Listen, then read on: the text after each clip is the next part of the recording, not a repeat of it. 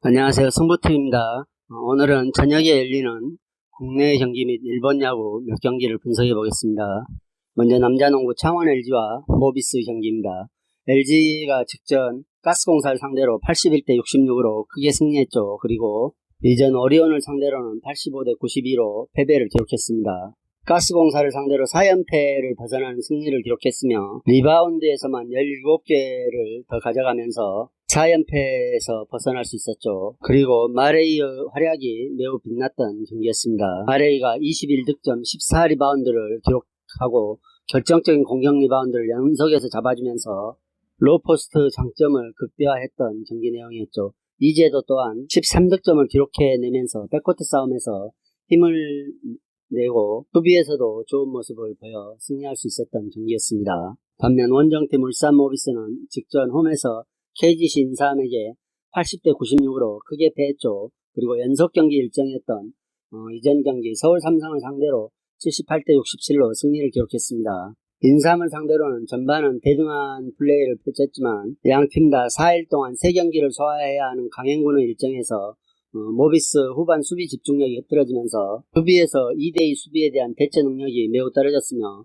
식스맨들 출전 시간이 늘어난 선수 구성에서 확실한 구심점이 되는 선수가 없었다는 것 또한 모비스 아킬레스건이 되었던 상황입니다. 그리고 용병 매치업 면에서도 밀렸던 경기였죠. 그렇지만 장재석의 경기력이 점점 살아나고 있는 모습은 모비스에게는 매우 고무적이라 할 수 있겠습니다. 특히 함지훈과 교대로 외국인 선수 수비 부담을 덜어줄 수 있는 만큼 이 두 국내 장신들의 활약으로 인해 모비스가 제공권을 장악하면서 LG를 상대로 승리할 수 있을 것이라는 생각입니다. 역시 1차전 맞대결에서는 모비스가 홈에서 80대 69로 승리했죠. 출전 선수 모두 고른 활약을 펼쳐주었고 최진수를 적극 활용하면서 상대에게 미스매치 상황을 허용하지 않을 수 있었으며 이우석과 서명진이 백코트를 책임지면서 많은 활동량으로 좋은 결과를 끌어낼 수 있었습니다. 반면 LG는 아셈 마레이의 활약이 조금 더 막혔던 모습을 보여줬고 이관이 또한 빠르게 오반칙 퇴장을 당하면서 전체적으로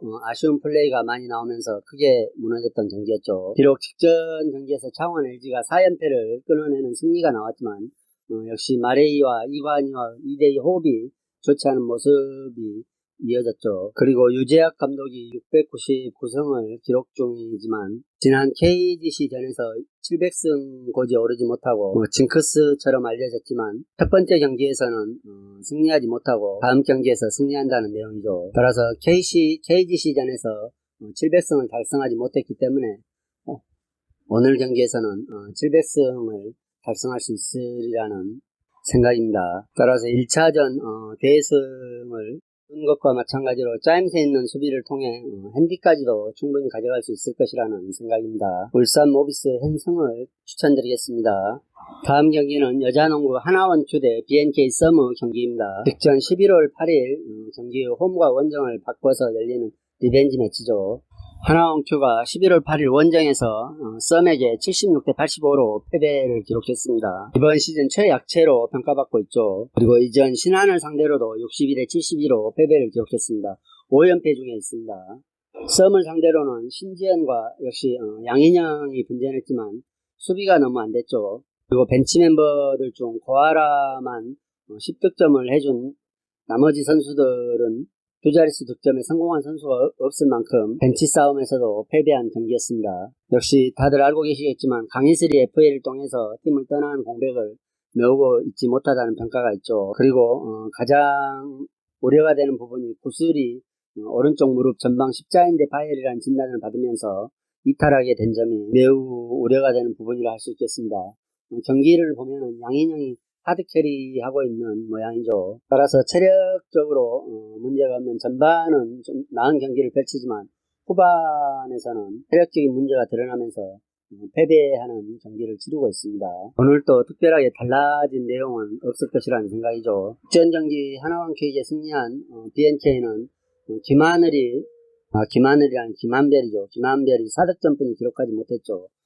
그래도 16분여 출전 시간을 가지면서 4득점뿐이 해주지 못하고 있습니다. 개막 후에 김한별의 부진이 이어지고 있는 모습이죠. 그렇지만 강하정이 16득점을 올려주면서 부활하는 모습이었고 진한이 역시 해결사가 되어주었습니다. 그리고 이소희와 안혜지가 백코트 싸움에서 좋은 모습을 보여줬습니다. 앞서 말씀드린 대로 1라운드 마지막 대결을 펼쳤던 두 팀이 홈과 원정을 바꿔 리턴 매치를 펼치죠. 하나원큐는 특별히 개선될 가능성이나 요인 또한 달라진 부분이 없을 것으로 보이며 BNK는 역시 김한별과 강하정의 폼이 올라오고 있다는 게 큰 장점으로 작용할 수 있을 것이라는 생각입니다. 하나는 양인영이 하드캐리하고 있지만 후반으로 갈수록 체력이 떨어지는 모습이며 고스리 전력에서 이탈한 공백이 크게 나타날 수밖에 없을 것이라는 생각입니다. 따라서 이 경기 또한 1차전과 마찬가지로 BNK 썸이 가져올 수 있을 것이라는 생각이며 5.5점 정도 기준점이 잡힌다면 핸디캡 또한 BNK 썸이 가져올 수 있을 것이라는 생각입니다. 두 팀 모두 얼리 오펜스를 추구하는 만큼 다득점이 기대가 되기는 하지만 기준점이 다소 높게 잡힐 것으로 기대가 되기 때문에 일반승과 핸디캡만을 내가 보시는 것도 좋지 않을까 하는 생각입니다. 다음은 남자 배구 OK금융그룹과 한전의 경기입니다. OK가 홈경기 3경기 전승을 거두고 있죠. 그리고 2연승을 기록하면서 반등하고 있습니다. 역시 그 중심에는 레오가 있습니다. 최근 5경기에서 4승 1패를 기록 중이죠. 그리고 직전 한전과 맞대결에서도 원정에서 3대0으로 승리를 기록했습니다. 역시 컨디션이 100%가 아닌 것으로 보이는 다우디를 상대로 레오와 박원빈의 브로킹이 빛을 발할 것으로 보이며 홈 버프와 함께 레오와 다우디의 경기력에서도 차이가 나는 만큼 이번 경기 역시 OK금융그룹이 좋은 경기를 펼칠 수 있을 것이라는 기대가 있죠. 초반에 부진했던 윙스파이크 조재성 역시 최근에 제 몫을 다해주고 있으며 차지환과 베테랑 최홍석이 컨디션을 더 끌어올려 활약을 해준다면 공격적인 측면에서 OK금융그룹은 더할 나위 없는 좋은 모습을 보여줄 수 있을 것이라는 기대가 있습니다. 한전을 3대0으로 제압하고 직전 삼성화재를 3대1로 제압하고 2연승을 기록하고 있는 OK금융그룹이죠. 반면 한전은 퐁당퐁당한 결과를 가져오고 있습니다. 한전에게 셧아웃 패배를 당한 이후 다시 대한항공을 3대1로 제압했죠. 그로써 계속해서 퐁당퐁당한 결과를 가져오고 있기 때문에 오늘 흐름으로 봐서도 패가 이렇게 보인다는 생각입니다. 그렇지만 승점 12점으로 1위를 달리고 있죠. 역시 신영석을 중심으로 하는 센터진과 서재덕과 박철우가 이끄는 윙스파이크가 한전을 대표할 수 있겠습니다. 직전 OK전에서는 다우디가 9점 주었으며 공격 성공률이 28%뿐이 되지 않았죠. 그리고 블로킹에서도 7대10으로 밀렸던 경기였습니다. 따라서 오늘 경기는 홈에서 아직 패가 없는 OK금융그룹이 용병 매점 면에서도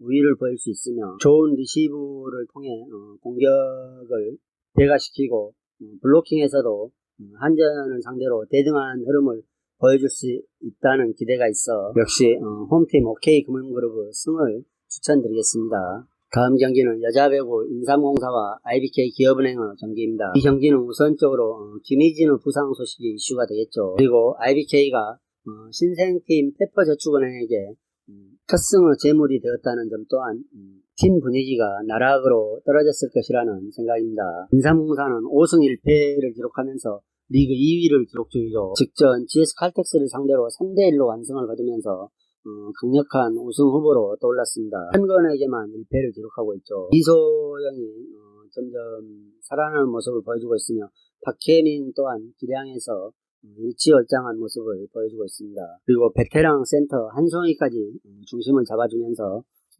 이번 시즌 현대건설의 대항마로 급부상하고 있죠. 반면 IBK는 앞서 말씀드린 대로 김희진이 부상으로 거의 시즌 아웃이라고 보면 되겠고 용병 라셈 또한 제 역할을 다 해주지 못하고 있죠. 김수지와 표성주가 좋은 모습을 보여주고는 있지만 역부족이라는 생각입니다. 그렇지 않아도 리시브가 불안한데 불안한 리시브를 통한 윙스파이크가 제대로 득점을 못해주는 상황이 계속되다 보니 마땅한 해결책도 나오지 않고 있는 상황입니다. 오늘 경기에서 아마 세트를 한 세트도 따내지 못할 우려가 있죠. 따라서 이 경기에는 언더가 가장 좋아 보이며 인삼공사가 3대0으로 셧아웃 게임을 가져갈 수도 있을 것이라는 기대가 있습니다.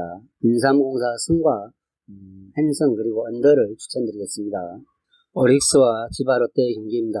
오릭스 선발로는 야마자키 소이치로가 올라오죠. 이번 정규 시즌에 2승 2패 3.69 방어율을 기록하고 있으며 지바롯데전에선 2번 나와서 1승을 기록하고 있습니다. 2번 나와서 모두 다 좋은 투구를 펼쳐줬죠. 오늘 양팀 선발 모두 다 상대팀에게 강한 모습을 보여주고 있으며 지바롯데 이와시타 다이키가 오릭스에게 좀 더 강한 모습을 보여주고 있죠. 그렇지만 오릭스 야마자키 소이치로가 190cm의 높은 타점에서 나오는 직구가 매력적인 우수한 투수이기 때문에 지바롯데와 9월에 치러진 두 경기에서도 매우 좋은 인상적인 투구를 한 만큼 오늘 경기에서도 최근 타선 흐름이 별로 좋지 않은 지바롯데를 상대로 호투를 펼쳐줄 수 있을 것이라는 기대가 있습니다. 지바롯데가 이번 1, 2차전을 통해 득점이 없죠. 그리고 1, 2차전 각각 4개의 안타만을 쳐내고 있습니다.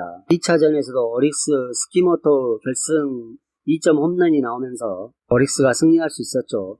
선발 타지마 다이키가 6이닝 동안 무실점으로 호투를 펼쳐줬고 이후 3명의 필승조 불펜이 무실점으로 지바롯데 타선을 막아낼 수 있었습니다. 따라서 오늘 또 지바롯데 타선이 충분히 고전할 수 있는 그림이 그려지죠. 이에 맞서는 지바롯데 선발로는 이와시타 다이키가 올라옵니다. 이번 시즌 23경기에 나왔으며 선발로는 21경기, 구원으로는 2경기에 나와서 8승 8패를 기록하고 있습니다.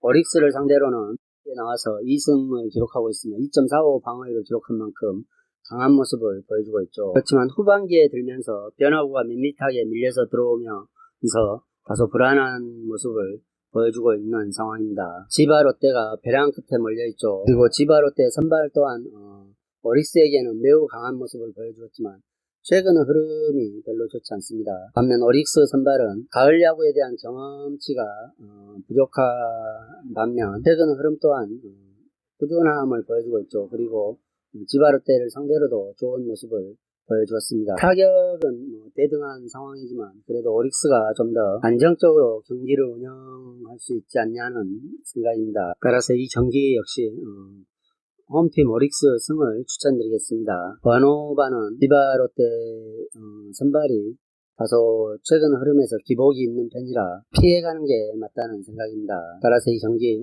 홈팀 오릭스 승을 추천드리며 쉽게 손이 가지 않는 경기라는 생각입니다. 다음은 마지막으로 야쿠르트와 요미우리의 분석입니다. 야쿠르트 선발로는 하라키리가 올라오며 요미우리는 메르세데스가 선발로 올라오죠. 하라키리는 마지막 경기에서 요미우리를 상대로 5이닝 동안 5피안타 2자책 3실점으로 승리투수가 된 바 있으며 이번 시즌 9경기에 나와서 3승 1패를 기록하고 있습니다. 우한 기교파 투수죠. 장타 허용률이 높다는 약점을 가지고 있는 투수지만 최근 3경기에서 연속 짠물투구를 선보이고 있습니다. 그리고 요미우리를 상대로도 좋은 활약을 펼쳐줬죠. 2경기에 나와서 1승을 기록하고 있으며 1.59 방어율을 기록하고 있습니다.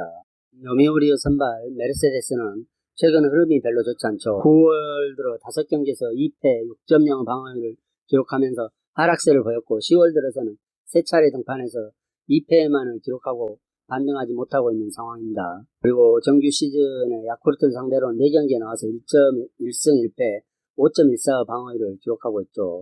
이번 시리즈에서 야쿠르트가 2연승을 기록하고 있습니다. 2차전에서는 5대0으로 승리했죠. 다카시 케이지 6이닝 무실점 호투와 필승조 불펜이 노히트로 경기를 마무리했던 상황입니다. 반면 요미우리는 수비 실책이 나오면서 4실점을 헌납했고 안타는 2안타에 그치면서 2경기 연속 무득점 패배를 기록했습니다. 지바롯데와 같은 상황이죠. 따라서 오늘 경기도 흐름상 야쿠르트가 유리하게 끌고 갈 수 있을 것이라는 생각입니다. 선발 매치업 면에서도 시즌 막바지 투구 리듬과 상대전 투구에서 우위를 기록한 하라키리 선수가 기대가 더 높은 경기라는 생각입니다. 그리고 이 경기는 요미우리가 무너진다면 2점차 이상으로 무너질 수도 있을 것이라는 기대가 있기 때문에 야쿠르트가 핸디까지도 가져올 수 있을 것이라는 생각입니다. 야쿠르트 핸성을 추천드리겠습니다. 이상으로 오늘 저녁에 열리는 몇 경기를 분석해 보았습니다. 여러분들의 좋은 촉으로 반드시 적중하시기를 기원합니다.